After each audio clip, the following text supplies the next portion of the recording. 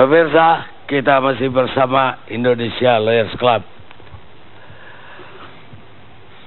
Selama hidup saya, kapanpun saya harus mengambil keputusan, akan saya lakukan, dan kemudian akan saya lupakan. Harry Truman, Presiden Amerika pada Perang Dunia Kedua, yang memerintahkan bom atom dijatuhkan di Jepang. Sekarang bom atom apa yang Anda mau jatuh? Ya, saya perlu menjelaskan dan mengklarifikasi beberapa yang disampaikan oleh Mas Alphonse ya. Yang pertama soal DPR. Ya, mohon maaf Adinda, saya ingin mengatakan DPR itu dikelola tidak dengan cara LSM. Anda boleh suka, boleh tidak dengan pernyataan ini. Tapi ada tata aturan yang harus kami pakai di situ. Kami tidak bisa mengatakan, menurut saya ini yang terbaik. Enggak, kita ada hitung-hitungannya juga. Bahwa kemudian banyak anggota DPR bermasalah, Pak Ruhut, iyalah. Tapi kami juga insya Allah, setidaknya yang ada di meja ini dan banyak lagi yang lain. Maka kami harus proses itu. Bukan soal apakah Pak Budi Gunawan sudah dinyatakan tersangka atau tidak. Itu satu hal. Terus yang kedua, yang membuat saya sebenarnya sangat tidak nyaman dengan teman-teman di KPK ya. Saya membedakan antara KPK dengan yang namanya orang-orangnya. Mas Alphonse. Saya pernah pasang badan ketika saya masih di Hanura, saya pasang badan untuk KPK. Saya meminta seluruh anggota fraksi Hanura untuk tanda tangan pada saat Bibit Samad Trianto dengan Chandra M. Hansa. Saya berbeda dengan teman-teman yang lain. Tetapi kemudian saya harus merobek surat itu di depan DPR dan dipersoalkan oleh Presiden Indonesia Lawyers Club. Kenapa demikian? Nah, saya bicara tentang orang-orang. Tak eloklah kalau kemudian pada saat DPR sedang memprosesnya dan kemudian ditersangkakan dengan wajah yang, mohon maaf Saudara Abraham Samad Openg, saudara saya, dengan wajah yang kelihatannya sangat marah sekali. Saya tahu, tentu saja tahu cerita di balik itu, kawan-kawan sekalian. Apa perlu saya jelaskan di tempat ini memang sebenarnya Budi Gunawan sudah ditarget oleh KPK.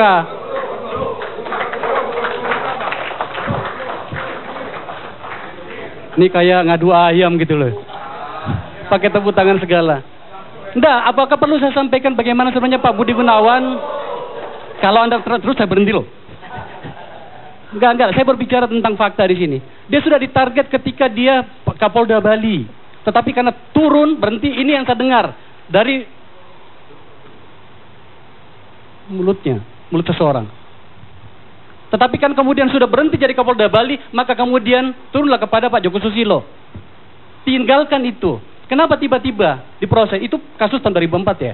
Saya tidak peduli soal rekening gendut atau tidak. Tapi langsung ditersangkakan pada sore itu juga ketika DPR sudah memprosesnya. Itu mengajak mempertentangkan antara lembaga kepresidenan dengan DPR.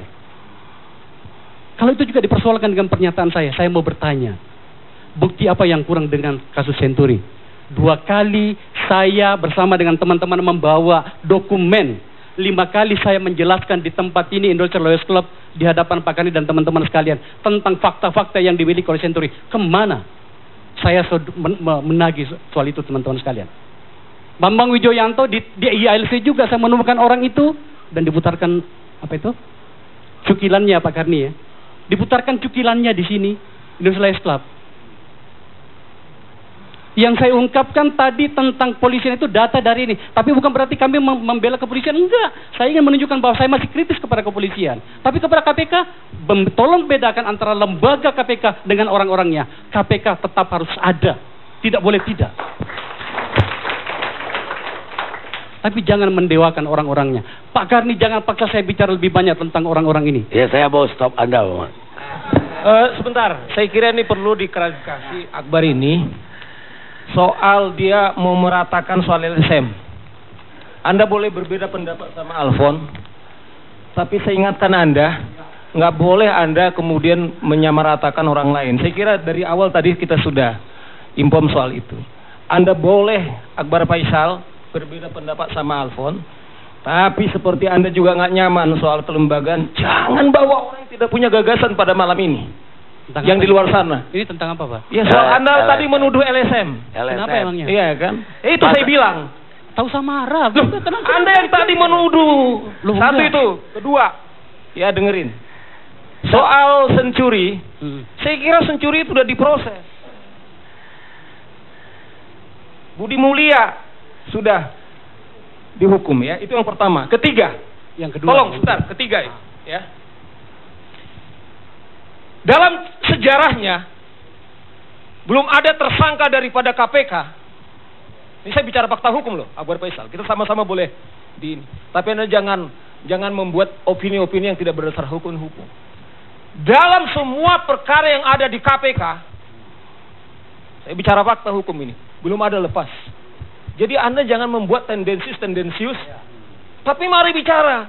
Sama dengan seperti katakanlah dulu, kemarin itu yang saya bantah betul soal Miranda Gultom. Ada seorang penyidik, itu yang saya sedih. Yang saya katakan dan saya bertanggung jawab harus ditangkap. Dan itu pengkhianat. Kalau memang dia bertanggung jawab, mengundurkan diri pada saat itu. Dan Anda jangan menuduh, katakanlah orang yang tidak fakta hukum. KPK dalam sejarah Bung Akbar Faisal belum ada. Oleh karena itu, saya boleh Anda dekat dengan Abraham. Saya juga tidak ada urusan. Tapi saya sebagai lawyer bicara fakta. Oleh karena itu yang tadi saya tidak nyaman, karena mungkin di sini saya ini seorang lawyer. Ketepatan saya diminta oleh Abraham Samad dan BW. Dan saya tidak dibayar satu peser pun, biarpun saya kantor sendiri. Ya. Oleh karena itu saya katakan sekali lagi, jangan samaratakan. Kalau Anda berbeda pendapat dengan siapapun, jangan bawa lembaga lain. Baik, saya kira cukup. Bang. Mbak perlu saja. Sebenarnya saya bingung Anda marahnya di bagian mana ya? Satu, ya. Cara kerja yang Anda bilang itu jangan LSM. Ya tahu saya teriak-teriak, saya bisa lebih marah dari Anda gitu loh kan. Dengar, yang pertama, soal LSM-nya kayaknya Anda tidak paham maksud saya. Coba dengarkan kembali apa yang saya sampaikan tadi, supaya Anda bisa sedikit lebih tenang sedikit ya. Yang kedua, Bung, Anda tidak tahu apa-apa tentang Senturi. Sudahlah, Anda tidak tahu apa-apa. Anda kan tuduh KPK. Iya benar. Iya kan Anda tuduh KPK, saya bicara fakta hukum. Iya. Anda boleh politik di DPR. Iya. Iya. Saya bicara fakta hukum. Anda enggak. Fakta hukum juga kita di DPR. Kan saya pengacaranya BW. Saya mau bicara di DPR. Saya kira stop. Ya. Saya nggak mau perdebatan. Nah. Saya nggak mau berdebat.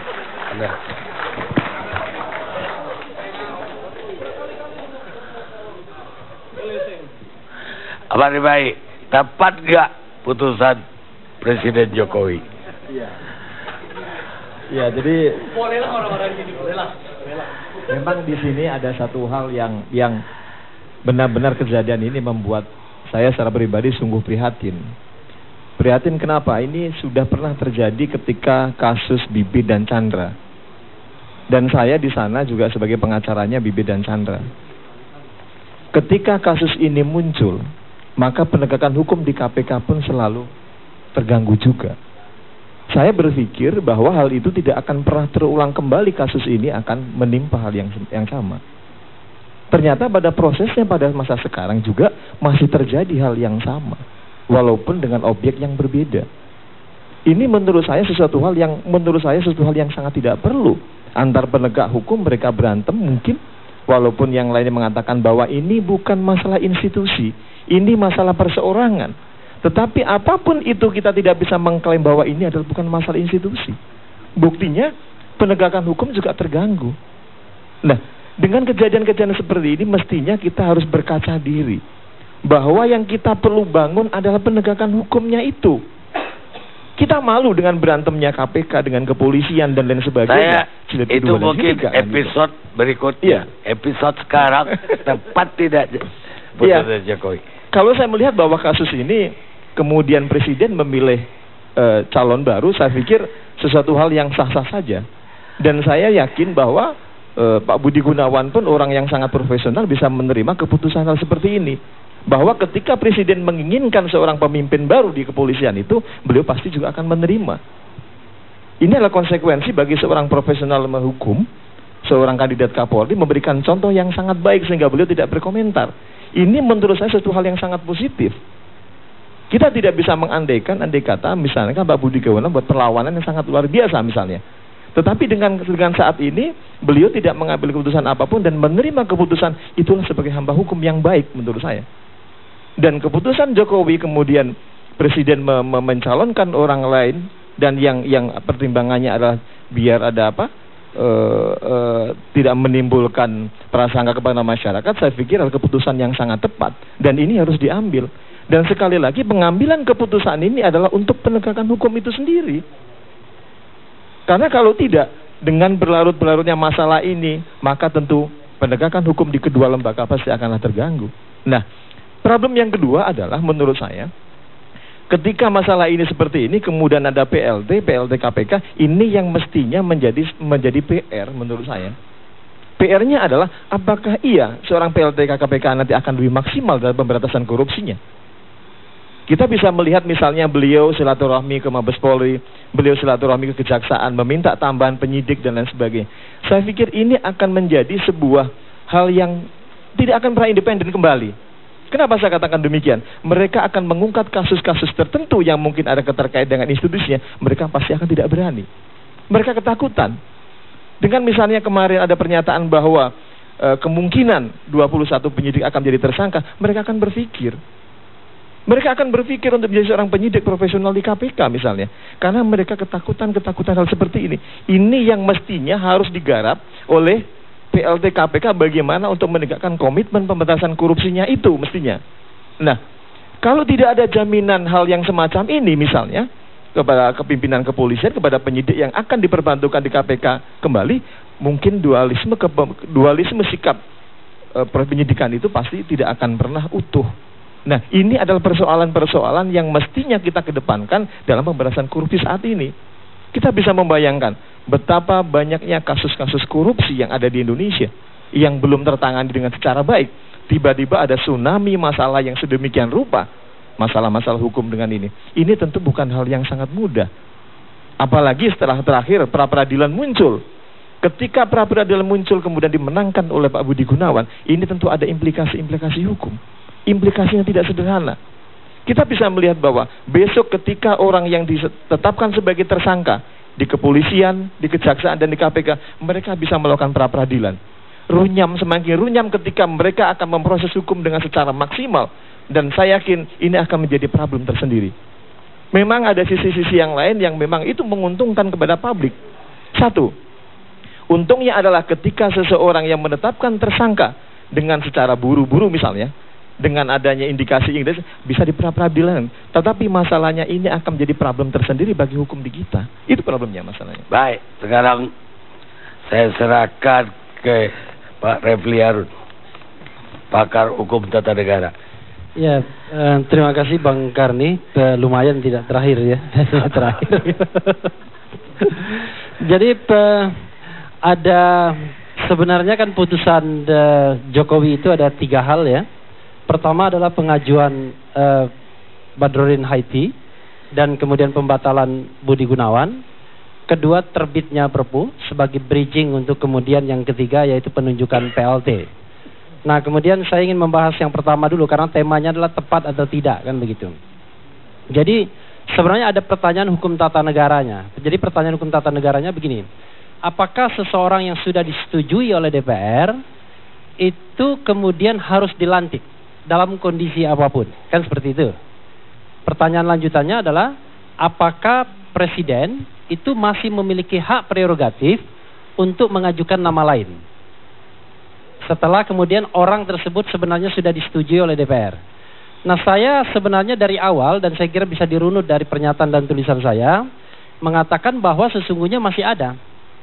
Jadi begini, kan jabatan-jabatan yang dinominasikan oleh presiden, eksekutif dan melibatkan institusi DPR ini adalah pertama adalah yang dinominasikan oleh lembaga lain.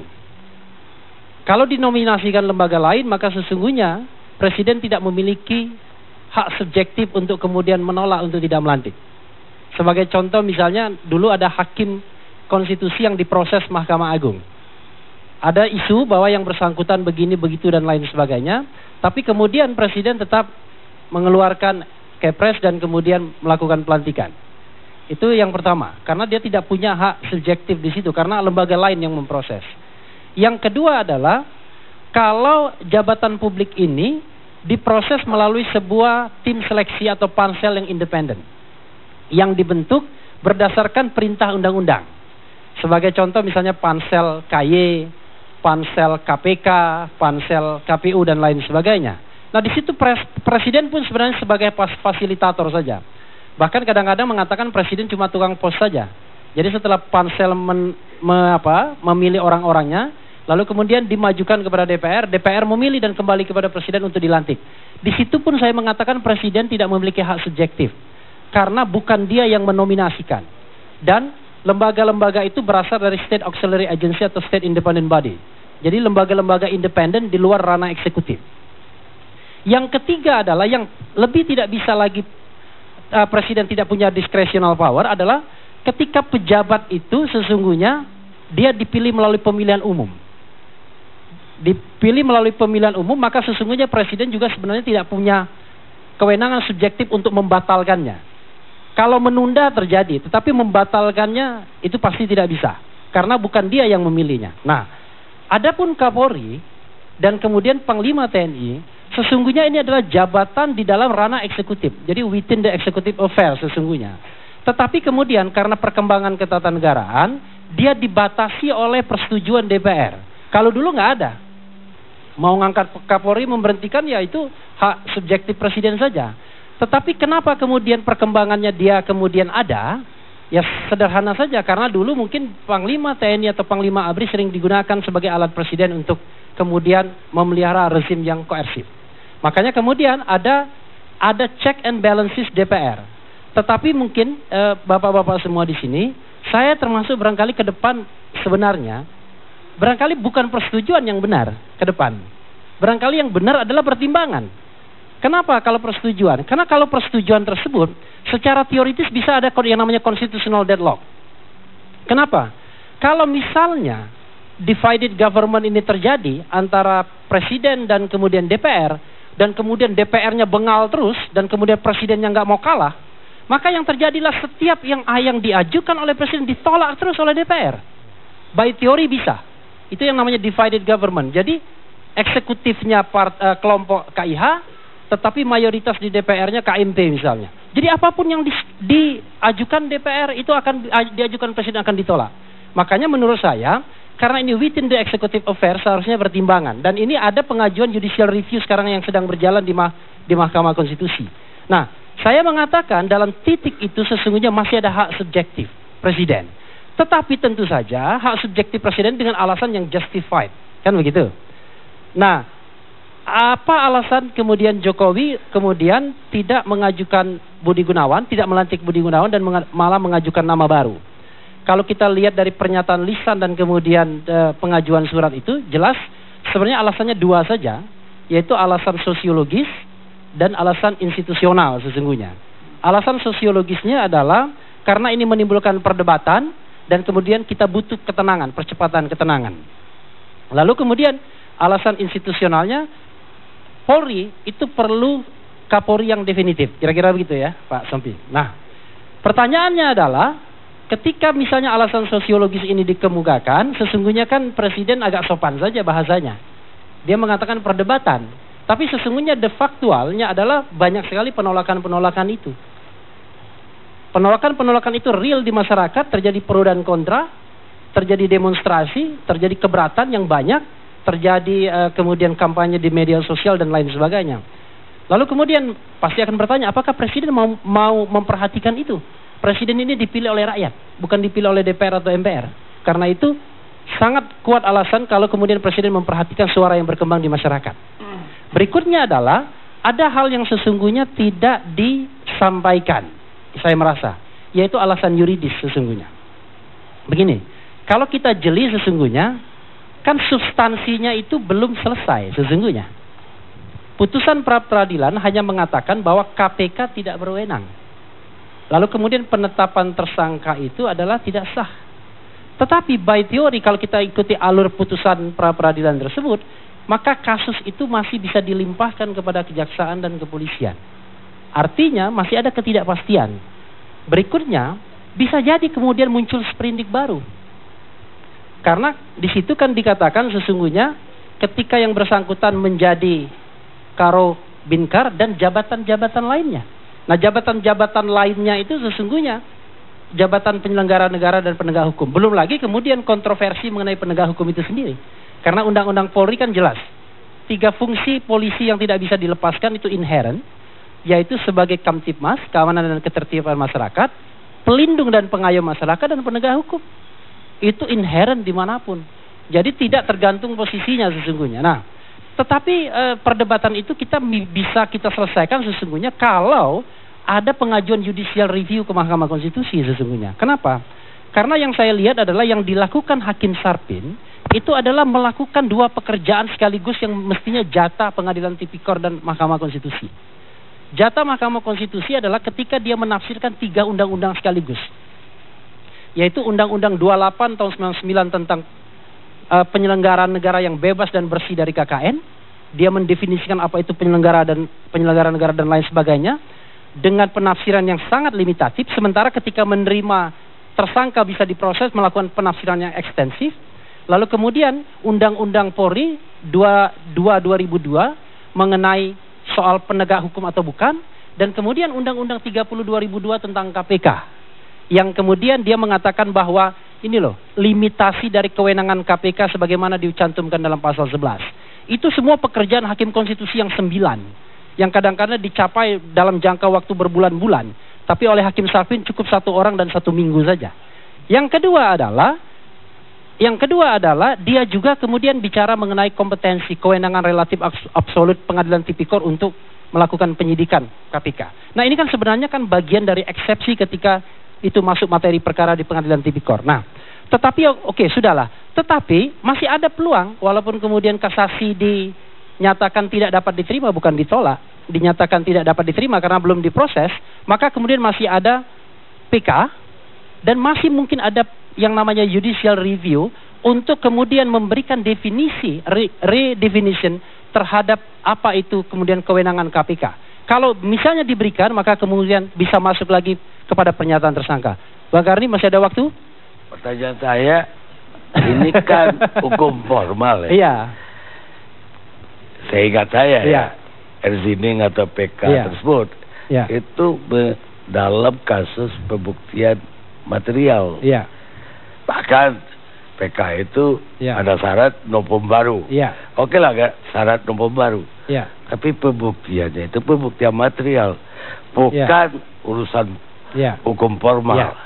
Jadi begini Bang Karni, kalau kita mau menegakkan hukum yang normal dengan cara yang normal, menegakkan sebuah keputusan yang abnormal, yang tidak normal dengan cara yang normal nggak kena. Karena itu kemudian kadang-kadang ada yang namanya legal breakthrough, terobosan hukum. Yang paling fenomenal misalnya begini, dulu ada putusan Pengadilan Tinggi Jawa Barat mengenai kasus Wali Kota Depok. Itu undang-undang itu tidak ada cerita mengenai peninjauan kembali, karena yang namanya putusan sengketa hasil pilkada itu adalah first, final, and binding. Tapi karena keputusannya ini, mohon maaf ya, putusannya ngawur, maka kemudian ramai di masyarakat, akhirnya di take over oleh Mahkamah Agung dengan instrumentasi peninjauan kembali dan kemudian dikabulkan. Hal yang sama terjadi juga Pilkada Sulawesi Selatan 2007 juga begitu. Karena putusan Mahkamah Agung sendiri kemudian tidak proper, tidak benar, dia memerintahkan pilkada ulang. Padahal maksudnya perintahnya adalah pemungutan suara ulang. Karena pilkada ulang sama pemungutan suara itu jauh sekali. Pilkada ulang itu proses sampai pelantikan dan itu belum dilalui. Ya, tapi kalau ada sesuatu dalam proses hukum yang blunder atau katakanlah salah, harus kita tutup dengan kesalahan baru lagi. Begini. Kayaknya saya belum pendapat. Kita rehat dulu sejenak. Nanti Bapak dilanjutkan.